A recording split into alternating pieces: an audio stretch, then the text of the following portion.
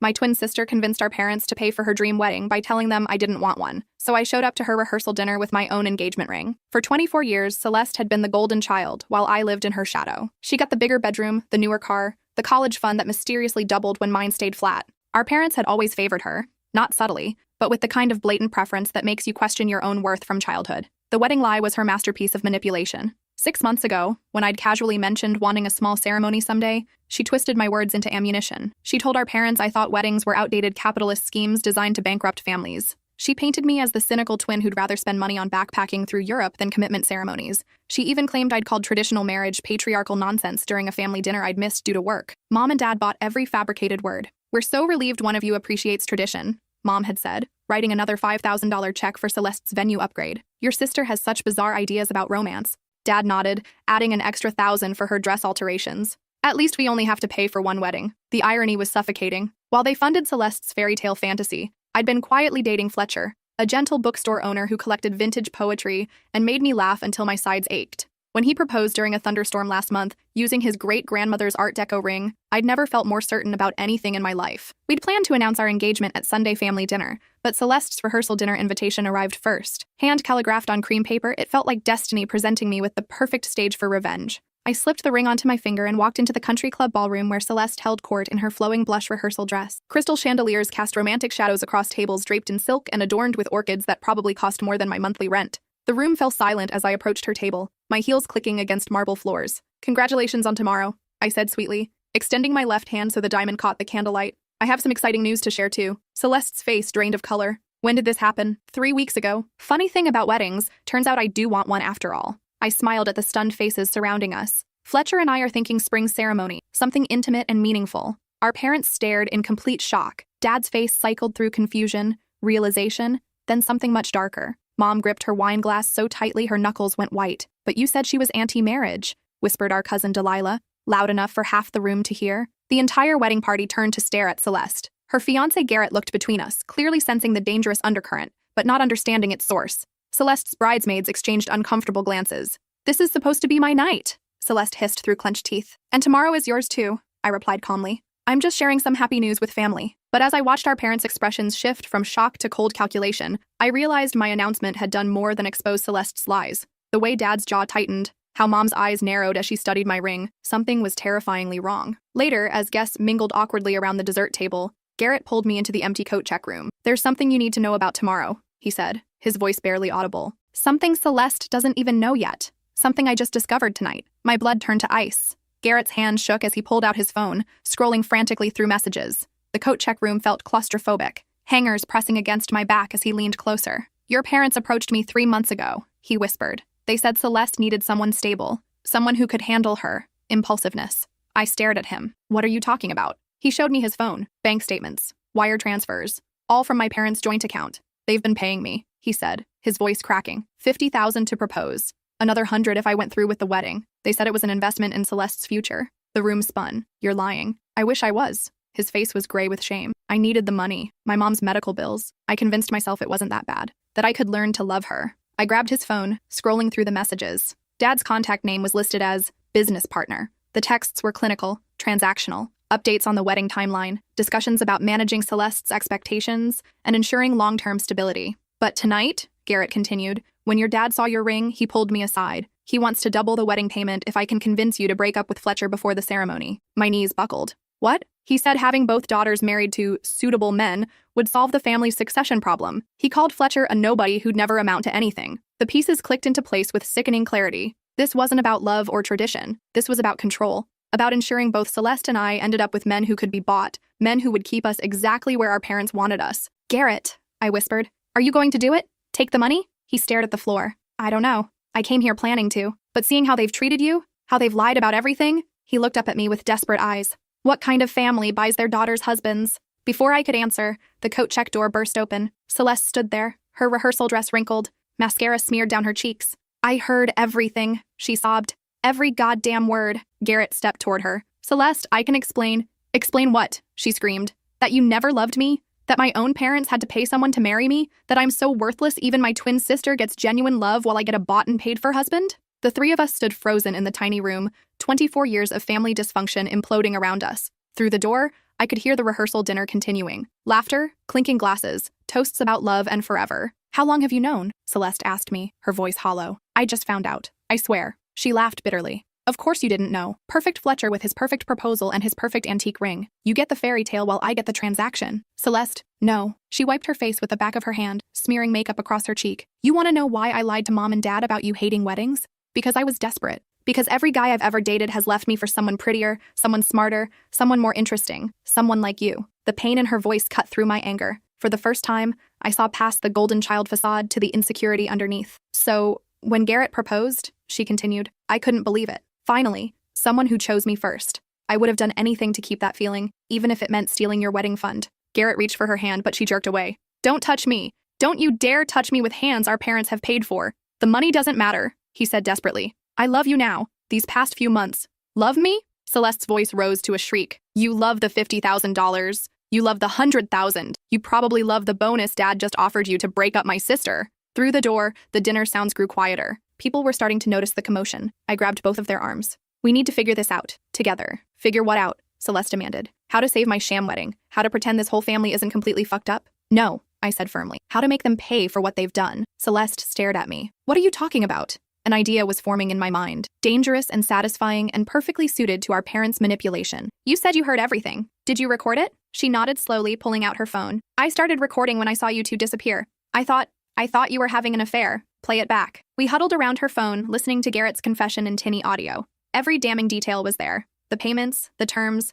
Dad's offer to break up Fletcher and me. This is evidence of conspiracy to commit fraud, I said. Emotional manipulation, financial coercion. You sound like a lawyer, Garrett said. I work at a law firm, paralegal. I looked between them. We could destroy them with this. Publicly. Completely. Celeste's eyes lit up with something I'd never seen before. Not jealousy or competition, but genuine cunning. What did you have in mind? I smiled, feeling the same rush I'd experienced walking into the rehearsal dinner. We give them exactly what they paid for, but not the way they expected. 20 minutes later, we emerged from the coat check room with a plan that would either unite us as sisters or destroy what remained of our family. The rehearsal dinner was winding down, guests beginning to make their goodbyes. Mom stood near the exit, graciously accepting compliments on the beautiful venue and tomorrow's ceremony. Dad worked the room like a politician, shaking hands and making small talk about business opportunities. They had no idea their carefully constructed world was about to implode. I found Fletcher nursing a scotch at the bar, looking uncomfortable in his borrowed suit. He wasn't used to events like this, formal dinners with people who measured worth in trust funds and country club memberships. How are you holding up? I asked, sliding my arm around his waist. He smiled, but I could see the strain around his eyes.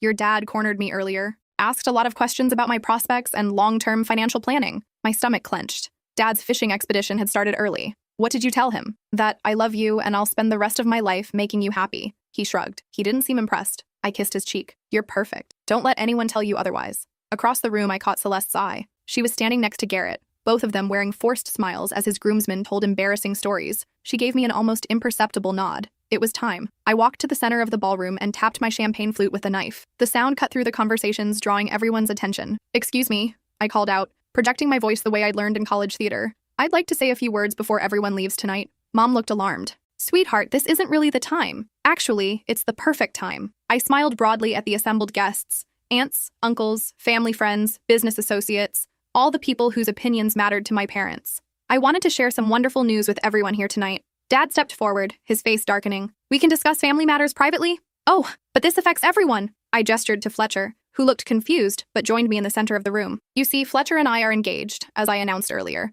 But what I didn't mention is how grateful we are to my parents for teaching us such valuable lessons about love and marriage. The room fell silent, except for the soft clink of glasses being set down. You taught us that marriage is a partnership, I continued, my voice steady despite my racing heart. A business arrangement where both parties benefit. You showed us that genuine affection is less important than financial security. Mom's face had gone pale. What are you doing? I'm following your example. I turned to face the crowd, many of whom were shifting uncomfortably. My parents believe in investing in their daughters' futures. In fact, they're so committed to this philosophy that they've been financially incentivizing marriage proposals. A murmur ran through the crowd. Dad started toward me, but Uncle Harold stepped into his path, suddenly very interested in hearing more. Celeste, I called out, would you like to share your story? My sister moved to stand beside me, her phone already in her hand. I'd love to. She pressed play, and Garrett's voice filled the ballroom through the speaker system someone had connected for the toasts. Your parents approached me 3 months ago. They said Celeste needed someone stable, someone who could handle her impulsiveness. They've been paying me $50,000 to propose.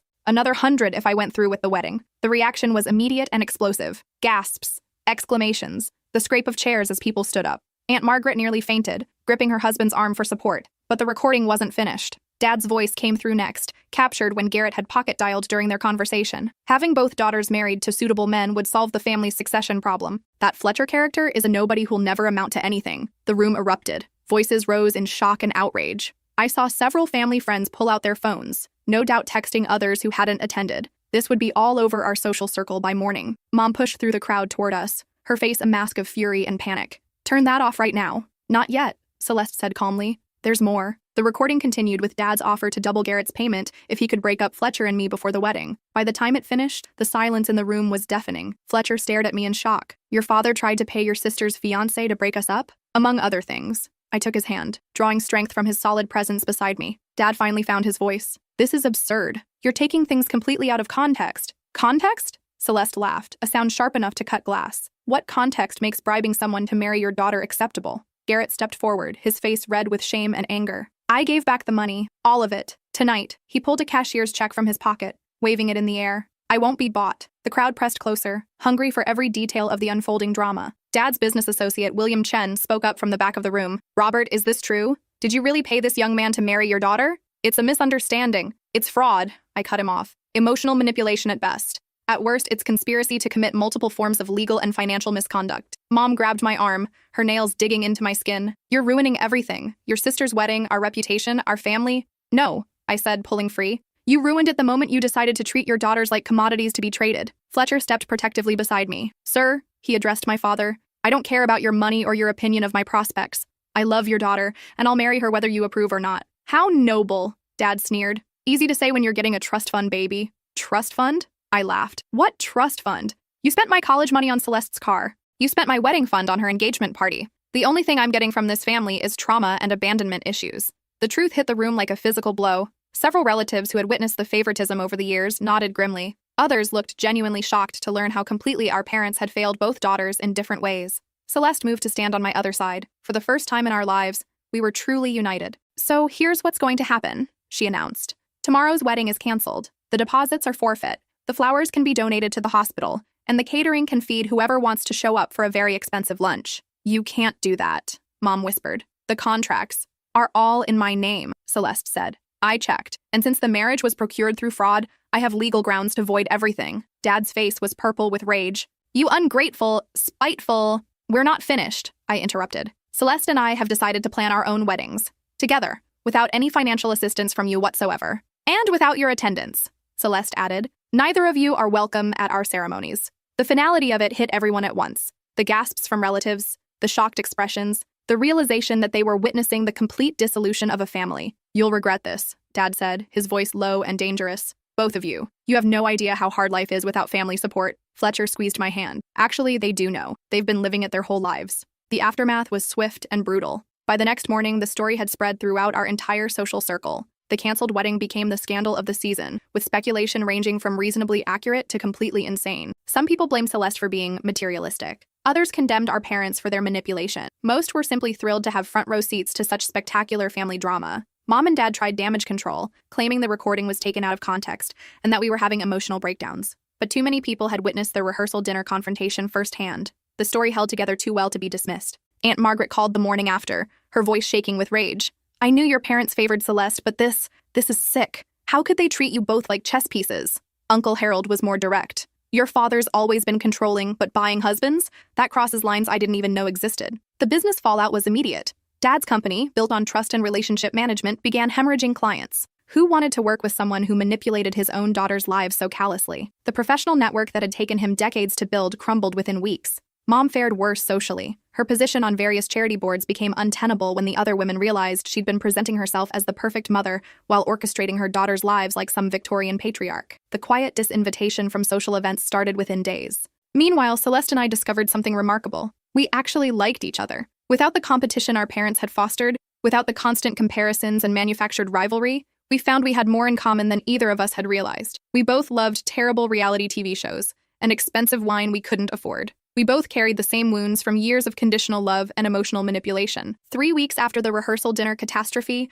we met for coffee at Fletcher's bookstore. Celeste had moved into a small apartment downtown, using money from her canceled wedding vendors to pay the deposit. She looked tired but lighter somehow, as if a weight had been lifted from her shoulders. "I've been thinking about what you said," she told me, curling her hands around her coffee mug. "About planning our weddings together." I raised an eyebrow. "You still want to get married? To Garrett?" She shrugged. "Not right away, but eventually." He gave back the money, and he's been going to therapy to figure out why he thought taking it was acceptable in the first place. We're starting over from scratch. And it turns out I actually do like him. When money isn't involved, when our parents aren't pulling strings, we work together pretty well." She smiled wryly. "Who knew?" Fletcher brought over a plate of cookies from the bakery next door, kissing the top of my head before returning to help a customer. "He's good for you," Celeste observed. "He doesn't try to fix you or change you. He just lets you be yourself." "Revolutionary concept," I said dryly. "Right?" She laughed. "It's like discovering we've been doing relationships wrong our whole lives." We sat in comfortable silence for a while, watching Fletcher recommend books to a young couple. His genuine enthusiasm for connecting readers with stories they'd love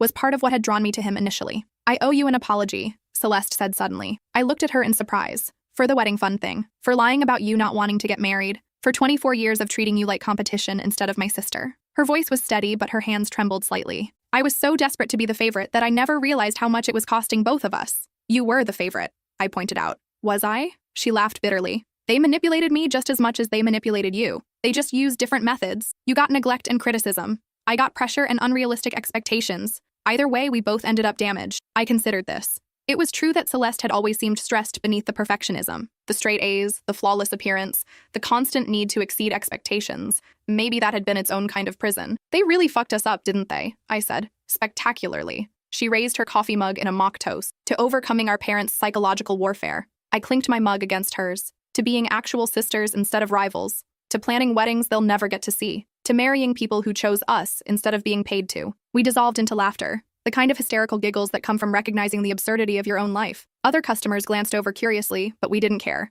For the first time since childhood, we were genuinely happy to be in each other's company. "So," Celeste said when we'd recovered, "what kind of wedding do you actually want?" I thought about it seriously. Without the pressure of impressing anyone, without worrying about our parents' approval or expectations, what did I really want? "Something small," I said. "Meaningful. Just the people who actually love us." "Where? Maybe the botanical gardens? Or that little vineyard upstate where Fletcher and I had our first weekend trip?" Celeste nodded approvingly. "Intimate, personal. What about music?" "Fletcher's friend plays acoustic guitar, and there's this singer who performs at the bookstore sometimes." We spent the next 2 hours planning, not just my wedding, but the framework for both of our ceremonies. We'd have separate events, but coordinate them so close family and friends could attend both. We'd share vendors to keep costs down. We'd help each other with all the details our parents would have normally handled. It felt revolutionary, this partnership, this mutual support instead of competition. "What about Dad walking you down the aisle?" Celeste asked eventually. I shook my head immediately. "Absolutely not. The whole tradition is about one man giving away property to another man. Besides, after what he did, Uncle Harold?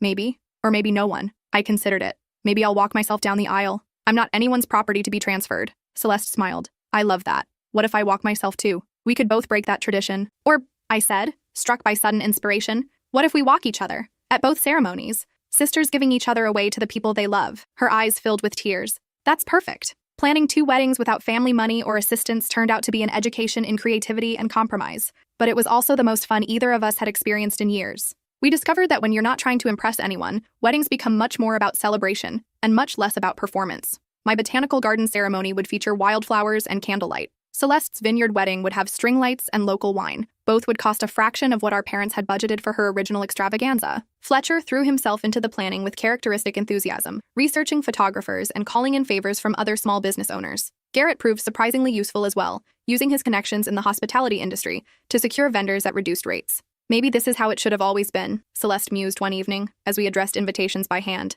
"The 4 of us working together instead of everyone trying to control everyone else." We discovered that Fletcher and Garrett actually got along well once the financial coercion was removed from the equation. They bonded over their shared experience of being considered unsuitable by our parents, and their determination to prove that love mattered more than money. The guest lists were small but meaningful. Fletcher's family, who had embraced me warmly from our first meeting. The friends we'd chosen instead of inherited. Co-workers who had become confidants. A handful of relatives who had reached out after the rehearsal dinner scandal, expressing support and solidarity. Notably absent, our parents. They'd made several attempts at reconciliation, but each had come with conditions that proved they still didn't understand what they'd done wrong. "We can overlook this whole misunderstanding," Dad had said during one phone call, "if you both come to your senses and let us handle the weddings properly." "This isn't a misunderstanding," I'd replied. "It's a fundamental difference in values. You see us as investments to be managed. We see ourselves as people deserving of authentic love. Mom tried a different approach, playing victim. How can you punish us for wanting you both to be financially secure? Everything we did was out of love. Love doesn't involve deception and manipulation, Celeste had responded. Love doesn't require anyone to be bought or sold. After several failed attempts, they'd resorted to threats, cutting off financial support, which we'd never requested, removing us from their will, which had never been guaranteed anyway, and ostracizing us from family events, which seemed like a blessing rather than a punishment. Let them isolate themselves, Fletcher said pragmatically. Anyone who would side with them after what they did isn't worth having in your life anyway. He was right, but it still hurt. Not because I missed their approval. I'd stopped seeking that years ago, but because I mourned the parents I'd always hoped they might become. The realization that they were truly incapable of unconditional love was a grief that would take time to process. My wedding took place on a perfect October afternoon, surrounded by chrysanthemums and autumn leaves. 23 guests sat in white folding chairs as Fletcher's friend Tobias played acoustic guitar. The ceremony was everything I'd dreamed of, intimate, genuine, focused on love rather than spectacle. Celeste walked me down the aisle wearing a navy dress that complemented my simple cream gown. When she placed my hand in Fletcher's, she whispered, "Be happy," and I felt the blessing of sisterhood in a way I'd never experienced before. Fletcher had written his own vows, promising to support my dreams, honor my independence, and love me exactly as I was. His words were specific and personal, referencing inside jokes and shared memories rather than generic romantic platitudes. My vows focused on partnership and growth, on choosing each other every day rather than just in that moment. I promised to be his anchor when life felt chaotic, his adventure partner when it felt too stable, and his equal in all things. When we kissed as married partners, the small crowd erupted in cheers that felt more genuine than any applause from a larger audience would have been. The reception was held in Fletcher's bookstore, which we'd transformed with string lights and small floral arrangements. Local musicians played while guests browsed the shelves and shared stories about love and literature. Instead of a sit-down dinner, we had a casual cocktail party with food from several small local restaurants. Uncle Harold gave a toast that made everyone cry, talking about how proud he was to see me choose happiness over expectation, authenticity over performance. Aunt Margaret presented us with a hand-quilted wall hanging featuring quotes about love from famous books. "Your grandmother would have loved this," she told me privately. "She always said marriage should be about two people choosing to build a life together, not about families merging assets." The evening felt magical in a way that had nothing to do with expensive decorations or elaborate entertainment. It was the magic of being surrounded by people who genuinely cared about our happiness, who celebrated our love without reservation or ulterior motive. Celeste's wedding took place 3 weeks later at the Vineyard, with slightly warmer weather and the same intimate atmosphere. I walked her down the aisle this time, wearing the navy dress she'd worn to my ceremony. Her vows to Garrett acknowledged their complicated beginning, but focused on their commitment to honesty and growth going forward. "We started with a lie," she said, "but we're choosing to build our truth together." Garrett's vows were raw and emotional, apologizing publicly for accepting payment to propose, and promising to spend his life earning her trust and love through actions rather than words. Their reception featured local wines and farm-to-table cuisine, with dancing under the stars and heartfelt toasts from friends who had watched them navigate their unusual courtship with grace and humor. Both weddings cost less than $5,000 each, a fraction of what our parents had budgeted for Celeste's original ceremony. But they felt infinitely more valuable, because every element had been chosen deliberately, meaningfully, with love, rather than obligation. 6 months into married life, Fletcher and I hosted Thanksgiving dinner at our small apartment. It was our first major holiday as a family unit, and we'd decided to create our own traditions rather than trying to navigate the complicated dynamics of extended family gatherings. Celeste and Garrett brought wine and homemade bread. Uncle Harold and Aunt Margaret came with stories and laughter. Fletcher's parents drove up from Philadelphia with his grandmother's recipe for stuffing and endless enthusiasm for our happiness. We cooked together, told embarrassing stories about each other, played board games that devolved into competitive chaos. It was everything holiday gatherings should be: warm, chaotic, full of love, and terrible jokes. "This is what family should feel like," Celeste observed as we cleaned up afterward, chosen and joyful instead of obligated and tense. I nodded, watching Fletcher explain the rules of some complicated card game to Garrett while Uncle Harold dozed on the couch. "No one's performing, no one's keeping score, everyone just belongs." "Do you think they'll ever understand what they lost?" she asked, referring to our parents. I considered it. We'd heard through mutual acquaintances that Mom and Dad were struggling with the social fallout from the wedding scandal. Several long-term friendships had ended when people took sides. Dad's business was slowly recovering, but his reputation had been permanently damaged. Mom had withdrawn from most social activities, apparently unable to cope with the whispered conversations that followed her everywhere. "I don't think they're capable of that kind of self-reflection," I said finally. "They'll probably always see themselves as the victims in this situation." "That's sad." "It is. But it's also not our responsibility to fix or forgive." Celeste nodded thoughtfully. "I used to think family was something you were stuck with, that blood relations meant you had to accept whatever treatment they gave you. And now I know family is something you build, with intention and care and mutual respect." She gestured around the room at the people who had chosen to be part of our lives. "This is my real family." The following spring, Fletcher and I found out I was pregnant. We'd been casually trying for a few months, but the positive pregnancy test still felt surreal. We sat on our bathroom floor at 6 in the morning, staring at the little pink lines and marveling at the fact that we were going to be parents. Our kid is going to grow up so differently than we did, I said, one hand instinctively moving to my still flat stomach. How so? Unconditional love, no favoritism, no manipulation or emotional blackmail. I leaned against his shoulder. Just acceptance and support. Fletcher kissed the top of my head. And bedtime stories from the bookstore. Don't forget the literary advantages. I laughed. Our child is going to have the most well-read childhood in history. When we told Celeste and Garrett the news, they immediately started making plans to be the best aunt and uncle possible. Celeste, who had always been competitive about everything, surprised me by expressing nothing but genuine joy and excitement. I get to be the fun aunt who teaches them inappropriate songs and buys them noisy toys, she said with glee. And I get to be the uncle who sneaks them extra dessert and teaches them card tricks, Garrett added. It struck me that our children would grow up with a completely different understanding of family than we'd had. They would see adults who supported each other, celebrated each other's successes, worked through conflicts with honesty and respect. They would never question whether they were loved or wonder if affection. My neighbor said I was bringing down property values, but then the HOA fined her $12,000 for her own violations. Temperance had lived in the house next to mine for 8 years when I moved in. She made her opinions clear from day one. My lawn wasn't manicured enough, my car was too old, my fence needed painting. Every HOA meeting, she'd point at my house and sigh dramatically about how much harder it made selling properties on our street. I'm a single dad working 2 jobs. My daughter Bryn was 6 when we moved in, and keeping her fed and in clean clothes mattered more than whether my grass was exactly 2 inches tall. But Temperance didn't care about that. She cared about her property value and her standing in the neighborhood. She was HOA president, after all, queen of Maple Ridge Estates. The complaints started small. A citation for leaving my garbage cans out 4 hours past pickup. A warning about my mailbox needing touch-up paint. A fine for hanging Christmas lights 2 days before the approved decoration period. Each infraction was technically valid according to the HOA bylaws, but Temperance enforced them against my house with surgical precision, while other neighbors violated rules constantly without consequence. When Bryn started leaving chalk drawings on our driveway, Temperance called an emergency HOA meeting. She presented photos of the colorful butterflies and rainbows as evidence of visual pollution.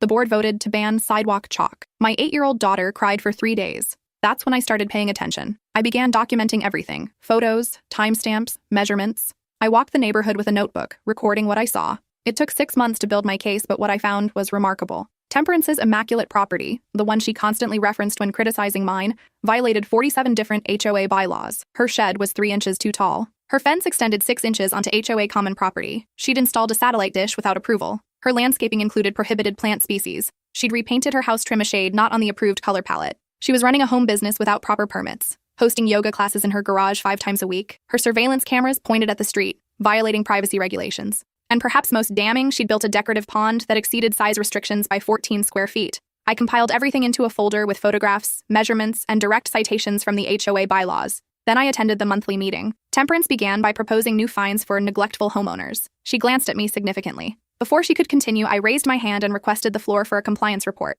I've noticed some concerning violations, I said, opening my folder. Section 4.2 states that all structures require board approval. Section 7.8 prohibits commercial activity. Section 12.3 restricts water features. I went through each violation methodically. The room grew silent. Temperance's face drained of color. These are all from one property. I finished. The fines totaled $12,000 according to current penalty schedules. Which property? Someone asked. I smiled. 1847 Maple Ridge Drive. Temperance's address. The board had no choice but to investigate. Every violation I documented was confirmed. Temperance tried claiming ignorance, selective enforcement, extenuating circumstances, but she'd spent years establishing that rules were rules. No exceptions. Her own words came back to haunt her. She was removed as HOA president. The fines stood. Her house went up for sale 3 weeks later. I figured that was the end of it. Then yesterday, I found an envelope in my mailbox. No stamp, no return address. Inside was a single page, printed in block letters. You destroyed my life. Now I'll destroy yours. I know what you did 15 years ago. I know about Denver. I know about the fire.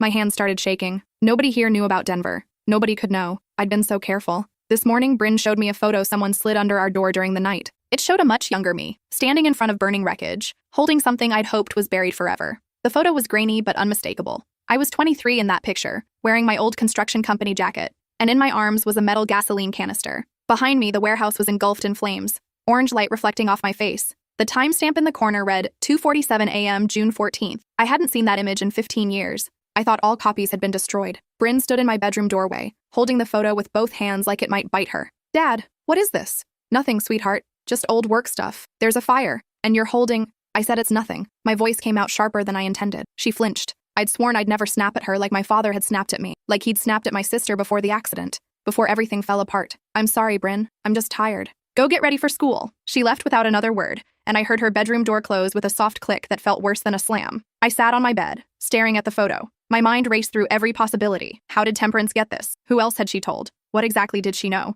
The fire had been ruled an accident. Faulty wiring in an old textile warehouse scheduled for demolition. The insurance paid out. The investigation closed. Case sealed. But the truth was more complicated. I pulled out my phone and scrolled through my contacts until I found a name I hadn't called in 14 years. The phone rang 4 times before he answered. Fletcher Residence. Dominic. It's Cameron. Silence stretched across the line. Cameron who? His voice was cautious. Cameron Priest. From Denver. From the warehouse. I heard him exhale slowly. I don't know anyone by that name. Dom, please. Someone knows. They have a photo. Whatever you're talking about, you've got the wrong number. Click. I tried calling back twice. He didn't answer. Dominic had been my foreman at the construction company, the one who'd brought me into the situation in the first place. He'd promised it was foolproof, that no one would get hurt, that the insurance money would save both our families from bankruptcy. His wife had cancer. My sister needed surgery. The company owner was already planning to torch his own property for the payout, but wanted deniability. We were just supposed to make sure the building was empty, and the cameras had a convenient malfunction. We weren't supposed to be there when it happened, but the owner had moved up the timeline without telling us, and we'd walked right into the middle of it.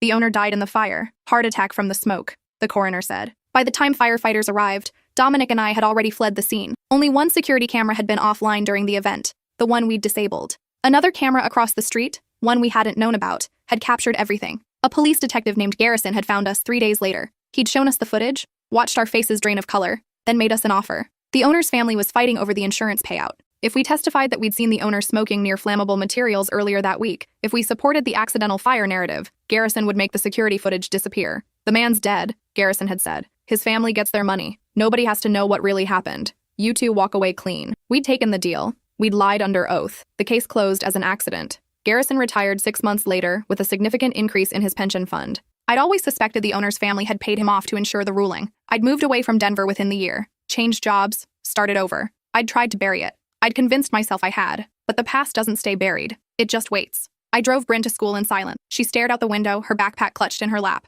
When I pulled up to the curb, she grabbed the door handle but didn't open it. Dad? Yeah? Are we in trouble? The question hit me like a punch. No, baby, we're fine, I promise. She nodded, but I could see she didn't believe me. She'd learned to read my tells after her mother left us. She knew when I was scared, even when I tried to hide it. After Bryn disappeared into the school building, I sat in my car and opened the envelope again. Besides the photo, there was a phone number written at the bottom in the same block letters. A local area code. I dialed it from my burner phone, the one I kept for situations that required discretion. It rang once before Temperance answered. I was wondering when you'd call. What do you want? I want my life back. You destroyed me, Cameron. Or should I say, Cameron Priest, arsonist. I didn't set that fire. That's not what this photo suggests. And I have the full video too, from the security camera you thought was disabled. Turns out Detective Garrison kept a copy before he retired. His daughter is in my yoga class. Was in my yoga class before you ruined that too. My blood ran cold. Garrison's dead. He died 4 years ago. But his files aren't. His daughter found them when she was settling his estate. She was going to destroy them until I explained that sometimes justice needs an insurance policy. What do you want? I want you to withdraw your complaint to the HOA board.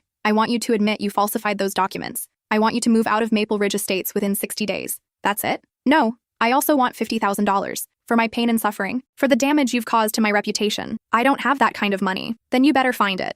Or this photo goes to the police, the local news, and your employer. I wonder how your construction firm will feel about hiring an arsonist. I wonder how a family court will feel about Bryn living with a felon. The line went dead. I sat there, gripping the steering wheel, trying to breathe. Everything I'd built for the past 15 years was disintegrating. My hands were shaking so badly I couldn't hold the phone steady. But beneath the fear, something else started to build. Something cold and calculated. Temperance had made a mistake. She'd assumed I was still the desperate 23-year-old who'd taken Garrison's deal. She didn't know what I'd learned in the years since. She didn't know how far I'd go to protect my daughter. I'd spent 6 months documenting every violation on her property. I could spend another 6 months documenting every detail of her blackmail scheme, but I didn't have 6 months. I had maybe 6 days before she lost patience and pulled the trigger. I needed help. Real help. I drove to the office of Vivian Torres, the attorney who'd handled my custody case when Bryn's mother had abandoned us. Vivian was one of those lawyers who'd started in criminal defense before switching to family law. She knew how to play dirty when necessary. Her receptionist tried to tell me she was booked solid, but I told her it was an emergency. 20 minutes later, I was sitting across from Vivian in her office,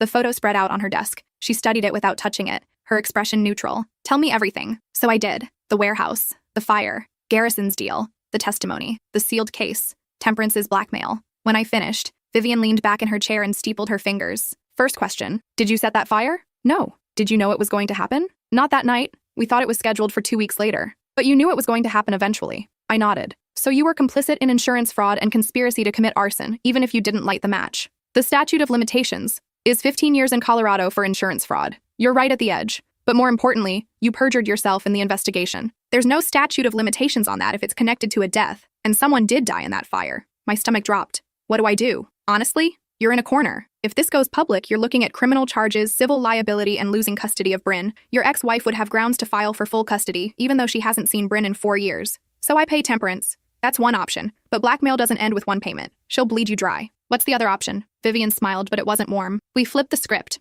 Blackmail is a felony. If we can document her demands, record her threats, we can go to the police. She goes to prison, and her evidence becomes inadmissible as fruit of the poisonous tree. But then the police see the photo. They reopen the investigation. Maybe we convince them that the photo is out of context, that you were a first responder at the scene, not an arsonist, that Temperance manufactured evidence to frame you because of your HOA dispute. Will that work? It might, if we're careful, if we're smart. She paused. But there's risk. If this goes wrong, you lose everything. I thought about Bryn, about her smile when she'd drawn those chalk butterflies, about how she'd cried when the HOA banned them, about how she'd looked at me this morning with fear in her eyes. What do I need to do? Vivian pulled out a recording device no bigger than a pen cap. Start gathering evidence. Get her to explicitly state her demands. Record every interaction. Build a case. Then we go to the DA with both stories, her blackmail and your cooperation in coming forward about Denver. What if the DA decides to prosecute me anyway? Then at least you tried to do the right thing. That counts for something. It counted for very little, I thought, but it was better than nothing. I left Vivian's office with the recording device hidden in my shirt pocket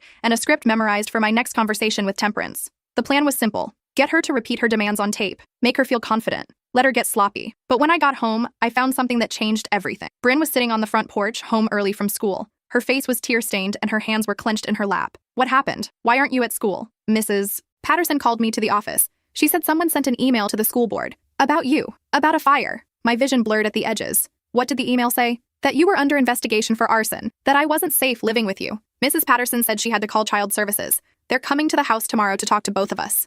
I sat down beside her, my legs suddenly unable to hold my weight. Temperance wasn't waiting. She was escalating. Dad, did you burn something down? I looked at my daughter, at her red-rimmed eyes and trembling chin, at the trust that was starting to crack in her gaze. I could lie. I could tell her it was all a misunderstanding. I could protect her from the truth a little longer. But I was tired of lying. I was tired of running from what happened in Denver. It's complicated, sweetheart. But I need you to know something. Everything I've ever done, every choice I've made since you were born, has been to keep you safe and happy. And I'm not going to stop now. Are we going to be okay? I pulled her close. I don't know, but I'm going to fight like hell to make sure we are. That night, after Bryn finally fell asleep, I sat at my kitchen table with my laptop and started digging. If Temperance wanted to play dirty, I needed to know exactly what I was dealing with. I started with Detective Garrison's daughter. Her name was Patricia Garrison Wells, and according to her social media, she was a yoga instructor and wellness coach. Her Facebook page showed photos of her classes, including several featuring Temperance as a regular attendee. I dug deeper. Patricia's LinkedIn showed she'd worked as a paralegal before becoming a yoga instructor. She'd quit 3 years ago after some kind of falling out with her law firm. A quick search of court records showed she'd been sued by her former employer for theft of client files.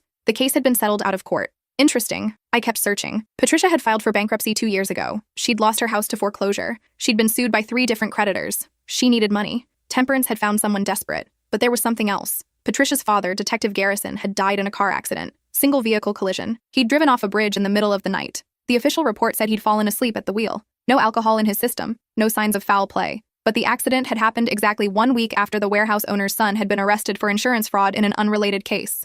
The son had been trying to follow in his father's footsteps, apparently. Torch a building, collect the insurance, rinse and repeat. Had someone thought Garrison knew too much? Had someone wanted to tie up loose ends? I was probably being paranoid. But 15 years of looking over my shoulder had taught me that paranoia sometimes kept you alive. I started writing down everything I knew. The timeline of events in Denver, the names of everyone involved, the details of Garrison's death, Patricia's financial troubles, Temperance's vendetta. Somewhere in this mess was a thread I could pull. I just had to find it. At 2:00 a.m., my phone buzzed. Unknown number. The text message was simple. TikTok Cameron, child services visit in 12 hours. Last chance to make this go away. Wire transfer instructions attached. I forwarded the message to Vivian immediately, then replied to Temperance, I need proof you'll delete everything if I pay. Her response came within seconds. You're not in a position to negotiate. Pay or lose your daughter. I took a screenshot, then another. Documentation was everything now. But even as I gathered evidence, I knew the truth. I was racing against a clock I couldn't stop. Child services would come tomorrow. They'd investigate. They'd find the photo, the accusation, the email to the school board. Even if it was all based on blackmail, even if I could eventually prove my innocence, the damage would be done. Bryn would be placed in temporary custody while the investigation proceeded. She'd be put with a foster family or worse, with her mother, who'd walked out on her 4 years ago and hadn't bothered to visit since. I couldn't let that happen. At 4 a.m., I made a decision. I got dressed in dark clothes and drove to Temperance's house. Her for sale sign still stood in the front yard, slightly crooked from the wind. The house was dark except for a single light in what I knew was her home office. She was awake too, probably savoring her victory. I parked 3 blocks away and walked back, staying in the shadows. The recording device was in my pocket. My phone was set to automatically upload everything to a cloud server Vivian had set up. I rang the doorbell. It took 2 minutes for Temperance to answer. She opened the door with a chain still attached, peering through the gap. When she saw me, she smiled. Couldn't sleep, Cameron? We need to talk. Unless you're here with my money, we have nothing to discuss. I have a counteroffer. Her smile widened. She unlatched the chain and opened the door fully. She was wearing a silk robe and holding a glass of red wine. Behind her, I could see her office, papers spread across the desk. This should be interesting. Come in. I stepped into her house for the first time. It was immaculate, as expected. Everything in its place, everything controlled. She led me to her office and gestured to a chair. I sat. She remained standing, a power move. So what's this counteroffer? I can't get you $50,000, but I can get you something better. I'm listening. I can get you your reputation back. I can go to the HOA board and tell them I made a mistake, that I measured wrong, that you never violated any bylaws. We both know that's a lie. So is your blackmail. But lies work if enough people believe them. She took a sip of her wine, considering. What do you want in return? You destroy the photo. You delete the video. You tell child services you made a mistake. You leave me and my daughter alone. And why would I do that when I currently hold all the cards? Because I found something interesting about Patricia Garrison Wells. Her expression didn't change, but her grip on the wine glass tightened slightly. Patricia's father died in a car accident 4 years ago, but before he died, he made a substantial deposit into Patricia's bank account, $75,000. The source of the funds was listed as consulting fees. Interesting amount, don't you think? Right around the same time the warehouse owner's son was being investigated. I have no idea what you're talking about. Detective Garrison was blackmailing the owner's son. He had evidence that the son knew about his father's insurance fraud scheme. He was bleeding him dry, just like you're trying to bleed me. But the son got tired of paying, and Garrison ended up dead. Temperance's face paled. You're making this up. Am I? Because I have bank records. I have emails. I have a paper trail that connects Garrison to the son. And if that son thought his blackmailer was dead, what do you think he'll do when he finds out Garrison's daughter has copies of all her father's files? You wouldn't. Try me. You threaten my daughter, I burn down your entire world. Not with fire, with information. We stared at each other. The silence stretched. Finally, Temperance set down her wine glass. You're bluffing. Call my bluff then. See what happens. She walked to her desk and pulled out a folder. Inside was the photo, printed in high resolution. Underneath were several pages of what looked like the full report from the Denver investigation. You want this? Fine, take it. But know this, Cameron. I'm not the only one who has copies. Patricia has backups. The owner's son has been notified that the files exist. If anything happens to me, if I have any accidents, this all goes public. Who says I need to do anything to you? I just need to make you irrelevant.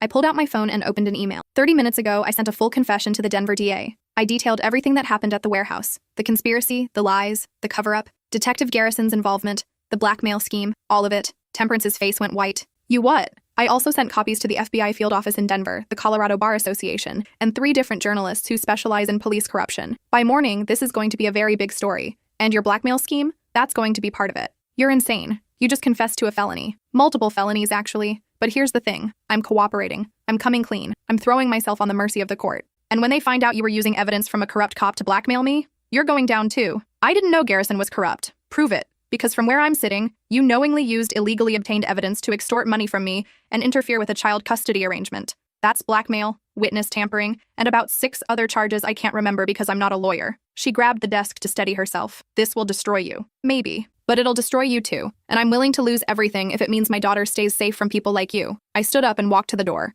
By the way, this entire conversation was recorded, including the part where you admitted to having evidence and making demands. I'd recommend getting a very good lawyer. You're going to need one. I left her standing there, frozen in shock. The drive home felt surreal. I'd just confessed to crimes I'd spent 15 years hiding. I'd just thrown away any chance of walking away clean. But I'd also taken away Temperance's power. If she released the photo now, it would just be piling on. The story was already out there, told on my terms, with my cooperation. I'd lose my construction job. I'd probably face criminal charges. I might even go to prison. But Bryn wouldn't end up with her mother. Child services would see that I'd voluntarily come forward, that I was taking responsibility. With Vivian's help, I might be able to retain custody, at least until everything was sorted out. When I got home, I found Vivian sitting on my front porch. She looked tired and angry. You sent the confession without telling me. I couldn't risk you talking me out of it. I'm your lawyer, Cameron. You don't make decisions like that without consulting me. I'm sorry, but it was the only way. She sighed and rubbed her temples. You're probably right, but this is going to get messy. Really messy. I know. The DA in Denver has already called me. They want you to come in for an interview next week. They're considering charges, but they're also interested in the Garrison angle. If you can help them prove he was corrupt, they might be willing to work out a plea deal. What kind of deal? Probation maybe? Community service? Restitution? You'd have to cooperate fully, testify if needed, but you might avoid prison. And Bryn? That's the tricky part. Child Services is still coming tomorrow, but I've already filed emergency motions explaining the situation. I'm arguing that you were a victim of blackmail and that you came forward voluntarily. That should count for something. Should? Family court is unpredictable, but I'll fight for you. I promise. She left around 6 a.m. I hadn't slept. I couldn't. At 7:30, Bryn came downstairs, already dressed for school. She looked at me and knew immediately that something had changed. What happened? I told her everything. The warehouse, the fire, the lies, the blackmail, the confession. I didn't spare any details. She deserved the truth. When I finished, she was crying. Not the loud, dramatic sobs of a child, but the quiet tears of someone processing something too big for their age. Are you going to jail? I don't know. Maybe. Did you hurt anyone? Not directly. But my lies helped cover up a man's death. I'm responsible for that. She wiped her eyes. What happens to me? Vivian thinks you can stay with your grandmother while everything gets sorted out. Your mom's mom, the one in Florida. Not my actual mom? No, never her. Bryn nodded slowly. Okay, I can do that. Her strength broke my heart. She was 10 years old and already learning that the world was complicated and unfair, and that sometimes good people did bad things. The child services visit happened at 10 a.m. A woman named Helen Rodriguez came to the house with a clipboard and a kind but professional demeanor. She interviewed Bryn first, then me. I told her everything I'd told the DA. I showed her the threatening messages from Temperance. I explained that I'd come forward voluntarily to protect my daughter from a blackmail scheme. Helen listened without interrupting. When I finished, she closed her notebook. Mr. Priest, I appreciate your honesty, but you understand I have to recommend temporary placement while this investigation proceeds. I understand. Your daughter's grandmother has already been contacted and has agreed to take custody. Bryn will fly to Florida this weekend. Bryn, sitting on the couch behind me, made a small sound. I turned and saw her face crumple. How long? I asked. That depends on the criminal proceedings. If you're not charged or if you reach a favorable plea deal, she can come home relatively quickly. If you're charged and it goes to trial, she trailed off. I understand. The next few days blurred together. News outlets picked up the story of the Denver warehouse fire reopening. Detective Garrison's name was dragged through the mud. Patricia Garrison Wells was arrested for blackmail and possession of stolen evidence. Temperance was arrested too. The recordings I'd made were enough to charge her with extortion and witness tampering. She hired an expensive lawyer and posted bail immediately. The HOA board held an emergency meeting and removed all penalties against my property. They also offered a public apology. It felt hollow. Dominic, my old foreman from Denver, came forward after seeing the news. He corroborated my story. He admitted we'd both been manipulated by the warehouse owner and coerced by Garrison. The DA in Denver offered me a plea deal, 5 years probation, 500 hours of community service, and full cooperation in prosecuting anyone else involved in the conspiracy. I took it. Vivian managed to convince the family court judge that I was a reformed man taking responsibility for past mistakes. I retained custody of Bryn, but with supervised visitation for the first year. Bryn flew to Florida to stay with her grandmother for 3 months while I got my life in order. She called every night. She told me about the beach and her new school, and how her grandmother made terrible cookies but excellent pancakes. She never asked when she could come home. She knew I'd tell her as soon as I knew. Temperance's case went to trial. She was convicted on all counts and sentenced to 3 years in prison. Patricia Garrison Wells took a plea deal and testified against her. The warehouse owner's son was reinvestigated based on evidence found in Garrison's files. It turned out he'd known about his father's scheme all along and had helped plan it. He was charged with insurance fraud, conspiracy to commit arson, and negligent homicide. 15 years after the fire,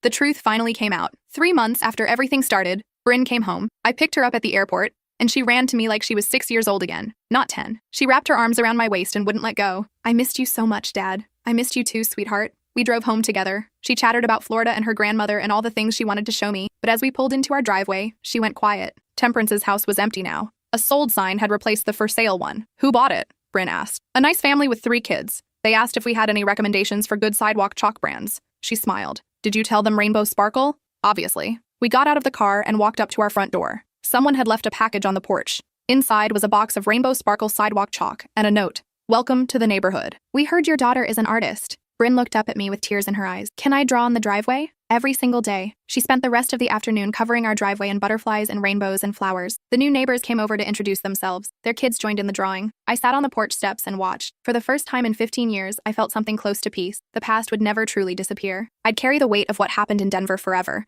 but I'd stopped running from it. I'd faced it head on, consequences and all, and somehow we'd survived. That night, after Bryn was asleep, I got an email from Dominic. Saw you on the news. Proud of you for coming forward. I did the same. They offered me a deal too. Probation and community service. My wife says I'm sleeping better now, not looking over my shoulder anymore. Guess we both needed to stop running. Take care of yourself, brother, and take care of that little girl of yours. I wrote back, we're going to be okay. Both of us. 6 months later, I'd completed 300 hours of community service. I'd lost my construction job but found work as a consultant for a company that investigated insurance fraud. Ironic, considering. I'd become the guy who helped catch people doing what I'd once done. The supervised visitation ended. The judge said I'd demonstrated genuine rehabilitation and that Bryn was thriving in my care. Temperance was released from prison after serving 18 months. She moved to another state. I never heard from her again. Patricia Garrison Wells served 6 months and was released on parole. She sent me a letter apologizing for her role in the blackmail scheme. She explained that she'd been desperate for money and had made terrible choices. I understood that better than anyone. The warehouse owner's son went to prison for 15 years. Justice. Delayed, but delivered.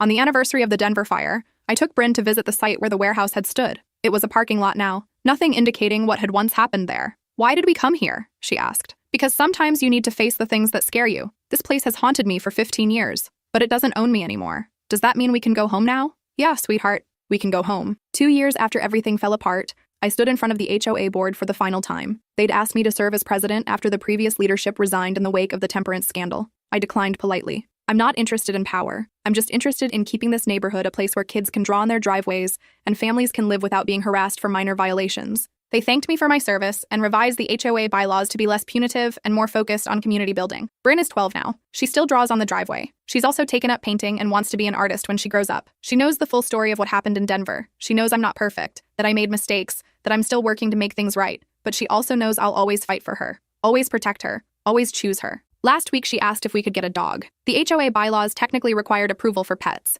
but I figured after everything, they owed us one. We adopted a golden retriever puppy. Bryn named her Butterfly. This morning I found a drawing she'd left on the kitchen table. It showed 2 stick figures, one tall, one small, standing in front of a house with a dog. Above them, she'd written in her careful handwriting, "My dad and me, we're home." I'd taped it to the refrigerator where I'd see it every day. The past doesn't disappear. The mistakes don't vanish. The guilt doesn't fade completely. But you can choose to stop running. You can choose to face it, own it, and try to do better. And sometimes, if you're lucky, you get a second chance to prove you deserve it. I look at that drawing every morning, and every morning I promise myself I'll keep fighting to be the dad that little stick figure deserves. That's all any of us can do, really. Keep fighting, keep trying, keep choosing to be better than we were yesterday. The warehouse burned down 15 years ago, but we didn't burn with it. We survived, and that's enough.